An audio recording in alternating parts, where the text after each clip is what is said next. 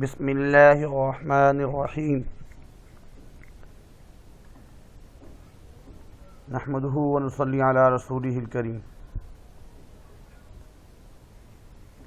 اللہ رب العزت سے درخواست ہے کہ اللہ رب العزت ہمیں صحیح طریقے سے پڑھنے کی، اس پر عمل کرنے کی اور یاد کرنے کی توفیق عطا فرمائے۔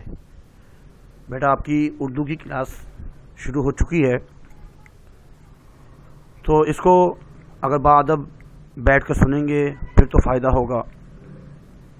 اگر ایسی لیٹ کے اپنے موبائل سے یا جیسے بھی سنیں گے تو فائدہ کم ہوگا۔ آپ کے ہاتھ میں کاپی ہونی چاہیے، پین وغیرہ ہونا چاہیے، ساتھ ساتھ لکھنا بھی ہے آپ نے اور سمجھنا بھی ہے۔ تو آج ہم جو پڑھیں گے نظریہ پاکستان کو ہم پڑھیں گے۔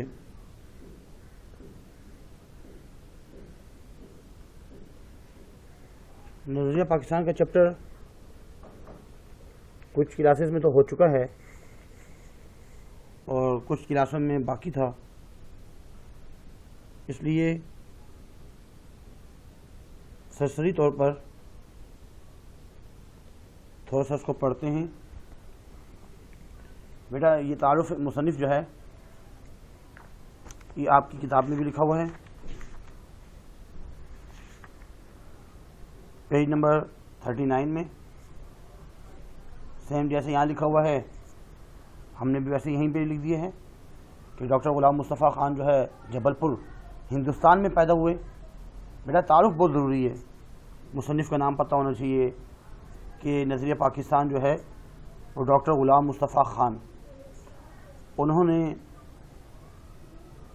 اس کو لکھا ہے، جن کی ولادت 1912 اور وفات 2005۔ قرآن مجید جو ہے نادرہ قرآن مجید گھر میں پڑھ لیا اور ابتدائی تعلیم بھی گھر میں حاصل کی۔ علی گڑھ کالج سے ایم اے اور ناگپور سے پی ایچ ڈی مکمل کی اور 1948 میں انہوں نے ہجرت کی، پاکستان آ گئے۔ مولوی عبدالحق نے اردو کالج کراچی میں صدر شعبہ اردو کے طور پر تعینات کیا۔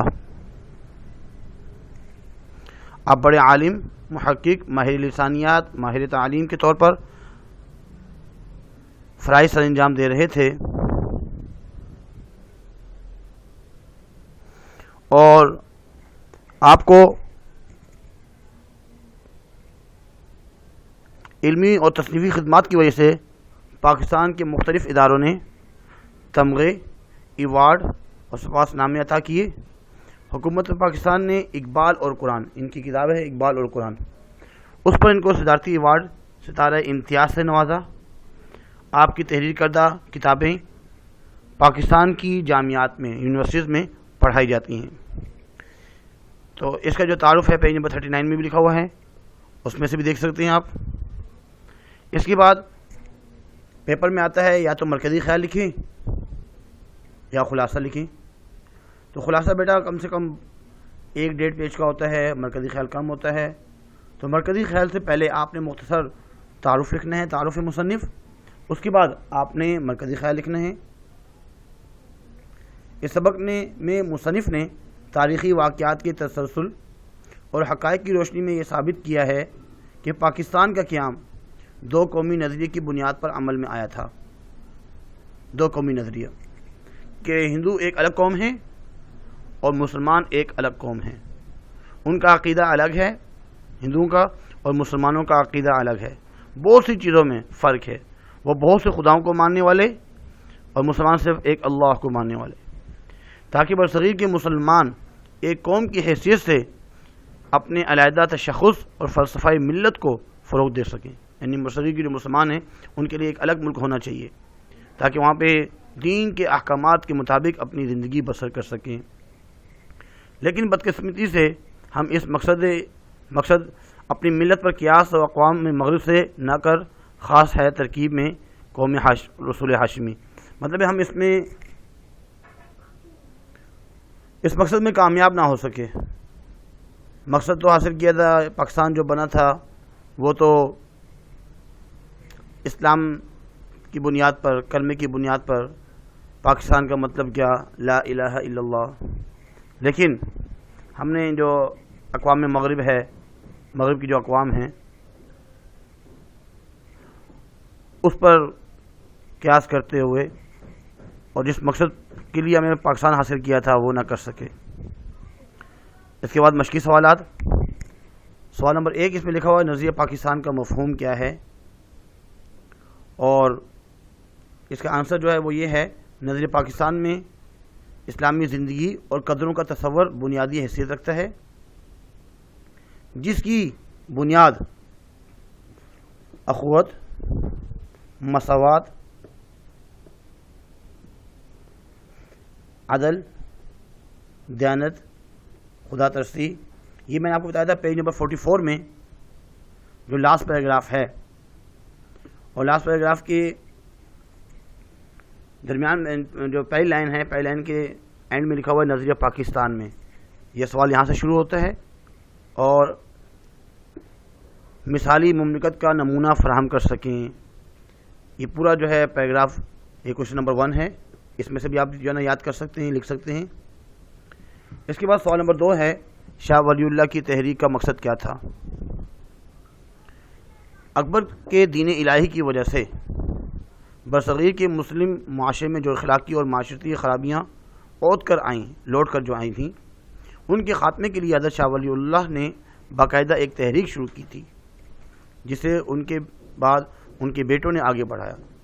تو ان کی تحریک کا مقصد کیا تھا؟ جو اخلاقی اور معاشرتی خرابیاں معاشرے میں مسلمانوں میں لوٹ کر آئی تھیں، اکبر کے دین الہی کی وجہ سے اکبر نے جو شروع کیا تھا، تو اس کی وجہ سے اس تحریک کو ختم جو ہے، تحریک اس لیے تھی کہ وہ خرابیاں ختم ہو جائیں، معاشرتی خرابیاں، اخلاقی جو خرابیاں ہیں، برائیاں ہیں، وہ ختم کیے جائیں۔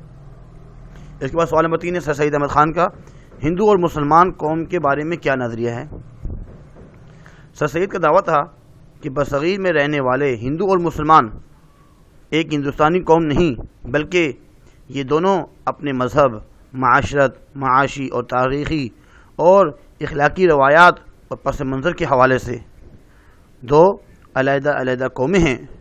یہ ان کا نظریہ تھا کہ مسلمان ایک الگ قوم ہیں اور ہندو ایک الگ قوم ہیں، دو قومی نظریات۔ اس کے بعد سوال نمبر 4 ہے کانگریس کا اصل مقصد کیا تھا اور مسلم لیگ کا قیام کیوں وجود میں آیا؟ 1885 میں لارڈ ایکٹن ہیون نے کانگریس کی بنیاد رکھی۔ اس کا بظاہر دعویٰ یہ تھا کہ برصغیر کے تمام اقوام کے مفادات کا تحفظ کرے گی، لیکن بعد میں پتہ چلا کہ یہ صرف اپنے مفادات اور حقوق کا تحفظ چاہتے ہیں۔ مجبوراً 1906 میں نواب محسن ملک نے ڈھاکہ میں مسلم لیگ کی بنیاد رکھی، جس کا مقصد مسلمانوں کے سیاسی اور سماجی حقوق کا تحفظ اور حکومت اور مسلمانوں کے درمیان غلط فہمیوں کو دور کرنا تھا۔ ان کے اس نظریے نے دو قومی نظریے کی بنیاد رکھی۔ اس کے بعد اگلا سوال ہے دنیا میں قومیت کی تشکیل کے دو بنیادی نظریے کیا ہیں؟ تھوڑا سا مشکل بھی ہے سمجھنا بھی اس کو۔ دنیا میں قومیت کی تشکیل یعنی قومیں کیسے وجود میں آتی ہیں، ملک کیسے بنتے ہیں، اس کے دو بنیادی نظریے ہیں، آئیڈیالوجی ہیں دو۔ کون کون سے؟ ایک وہ نظریہ جو مغربی مفکرین نے قائم کیا، یورپ والوں نے، جس میں خاندانی، نسلی اور قبائلی بنیادوں میں وسعت کر کے قومیت کی بنیاد جغرافیائی حدود پر استوار کی گئی اور کہا گیا ہے کہ قوم وطن سے بنتی ہے، قومیں وطنوں سے بنتی ہیں۔ یہ ایک نتیجہ تھا یورپ والوں کا جو غلط نظریہ تھا۔ دوسرا نظریہ وہ ہے جو رسول مقبول صلی اللہ علیہ وسلم نے قائم کیا ہے، جس کی بنیاد کلمہ توحید ہے، اور اس میں ہر رنگ، نسل اور ہر جغرافیائی خطے کے لوگوں کے لیے جگہ ہوتی ہے، جسے ملت اسلامیہ کہا جاتا ہے۔ اس کے بعد بیٹا اگلا سوال نمبر 6 جو ہے مسلمانوں کی قومیت ایک نظریاتی قومیت کیوں ہے؟ اس کا آنسر یہ ہے کہ مسلمانوں کی قومیت ایک نظریاتی قومیت اس لیے ہے کہ یہ نسل اور وطن کی بنیاد پر نہیں، بلکہ ایک نظریہ، ایک عقیدہ اور ایک کلمہ لا الہ الا اللہ کی بنیاد پر وجود میں آئی ہے، جسے نمایاں کرنے کے لیے اس قومیت کو ملت کہا گیا ہے۔ اس لیے اس میں ہر نسل، ہر رنگ اور جغرافی خطے کے لیے گنجائش ہے۔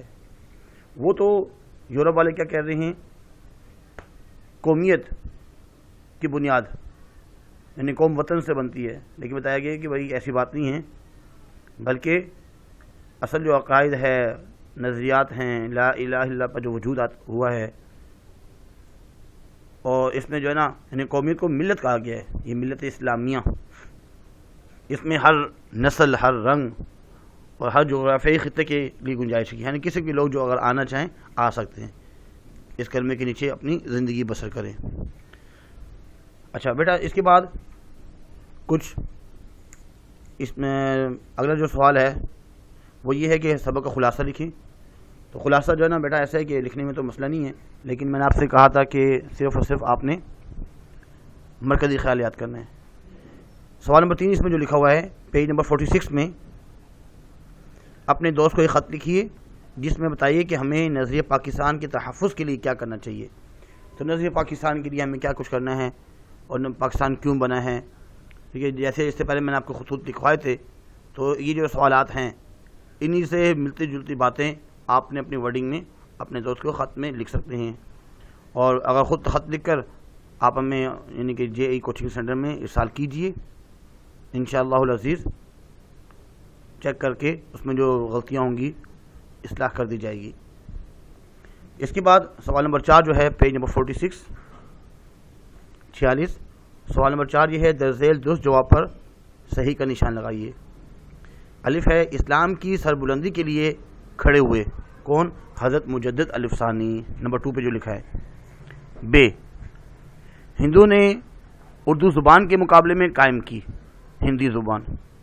اردو زبان مسلمانوں کی نہیں تھی، تو ہندو نے اردو زبان کے مقابلے میں ہندی زبان جو ہے وہ قائم کی۔ جیم، اگلے پیج میں پیج نمبر 47، پہلی جنگ عظیم چھڑ گئی کب؟ 1911 میں۔ اصل میں جو ہے نا اس کا صحیح جو آنسر ہے جنگ عظیم جو ہے وہ 1914 سے لے کر اور 1918 تک چلتی رہی، تو جب شروع جو ہے ویسے 1913 میں شروع ہو چکی تھی، ایسے سے شروع ہونا شروع ہو گئی تھی، صحیح جو ہے 1914 میں صحیح شروع ہوئی۔ نظریہ پاکستان کا مقصد کیا ہے؟ نمبر 3 میں لکھا ہوا ہے، اسلامی و فلاحی مملکت بنانا۔ اس کے بعد ہے، ہمارا جینا مرنا ہونا چاہیے کس کے لیے؟ پاکستان کے لیے۔ درذیل مثالوں پر غور کیجئے۔ اگلا جو ہے گرامر کے اعتبار سے، تم اچھے بھلے پڑھے لکھے آدمی ہو، کوئی ڈھنگ کا کام کرو۔ وہ اچھا خاصا امیر آدمی ہیں، پھر بھی اپنی غریبی کو روتا ہے۔ دونوں بھائیوں میں بس 19-20 کا فرق ہے۔ ان فرقوں میں واوین کے درمیان الفاظ روزمرہ کی مثالیں ہیں، جیسے واوین کاماز وغیرہ جو لگائے جاتے ہیں، تو یہ روزمرہ کی مثالیں ہیں۔ اگلے پیج میں پیج نمبر 48 سوال نمبر 5، اب آپ ذیل کے فکروں کو روزمرہ کے مطابق درست کیجئے۔ اس میں آپ نے واوین تو لگانا ہے اور درست بھی کرنا ہے۔ لگتا ہے اب اس شہر سے ہمارا دانا پانی، اس میں لکھا ہوا پانی دانا، اس کو تھوڑا درست کرنا ہے، پہلے دانا آئے گا پھر پانی، اور ان دونوں میں واوین لگے گا۔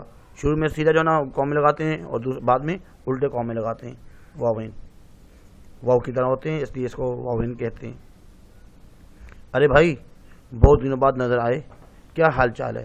تو اس میں لکھا ہے حال چال، غلطی اس میں چال حال نہیں ہے بلکہ حال چال، اس میں واوین لگانا ہے۔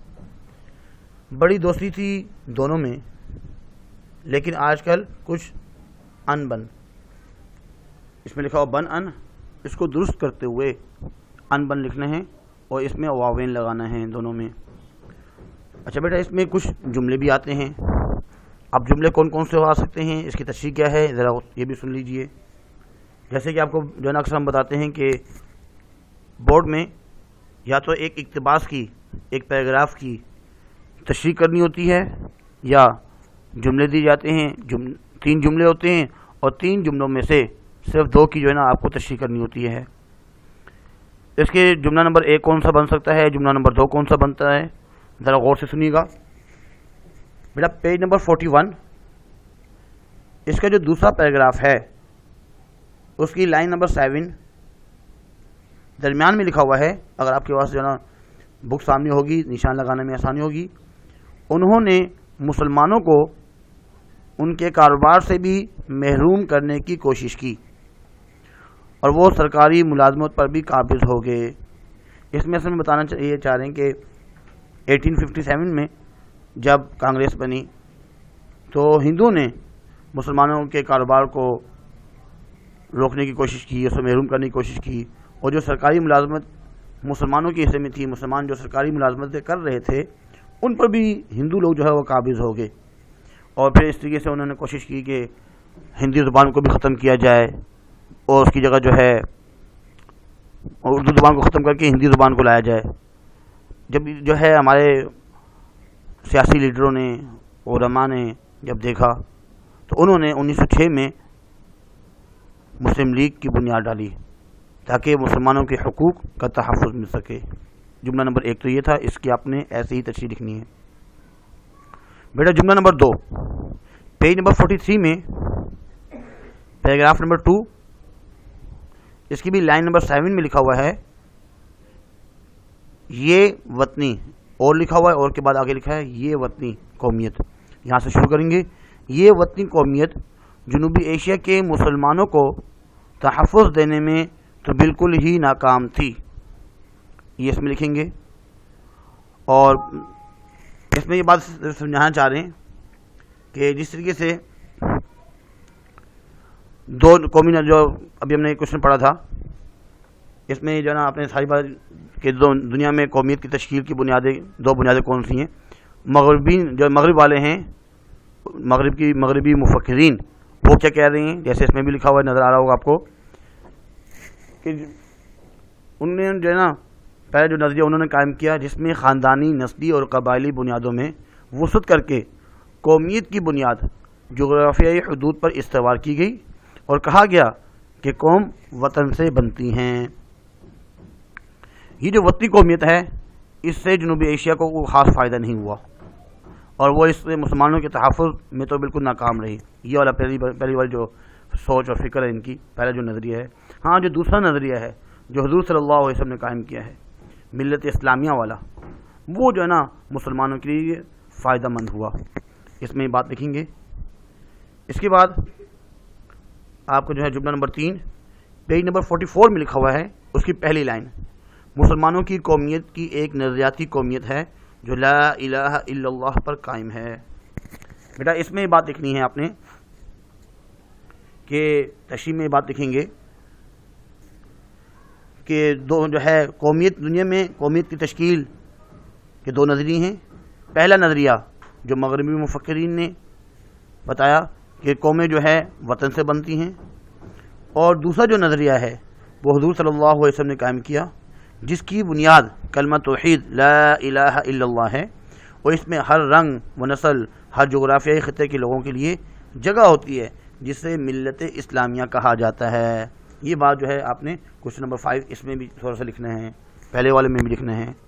اس کے بعد اگلا جملہ ہے جملہ نمبر 4 پیج نمبر 45 میں تیسرا پیراگراف اور اس کی لائن نمبر 1, نظریہ پاکستان کا مقصد پاکستان کو ایک اسلامی اور فلاحی مملکت بنانا ہے.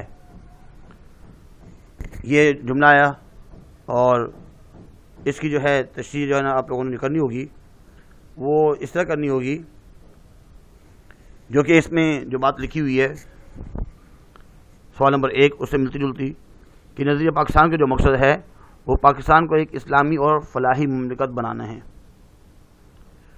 اور اس میں لکھ سکتے ہیں کہ جو سوال نمبر 1 اگر آپ نے یاد کیا ہوگا اس کی تشریح میں یہ لکھ سکتے ہیں کہ نظریہ پاکستان میں اسلامی زندگی اور قدروں کا تصور بنیادی حیثیت رکھتا ہے جس کی بنیاد اخوت, مساوات, عدل, دیانت, خدا ترسی, انسانی عظمت و عظمت کردار جیسے بنیادی اسلامی اصولوں کی ترویج و اشاعت اور اہل عالم کے لیے مثالی مملکت کا نمونہ فراہم کرتا ہے.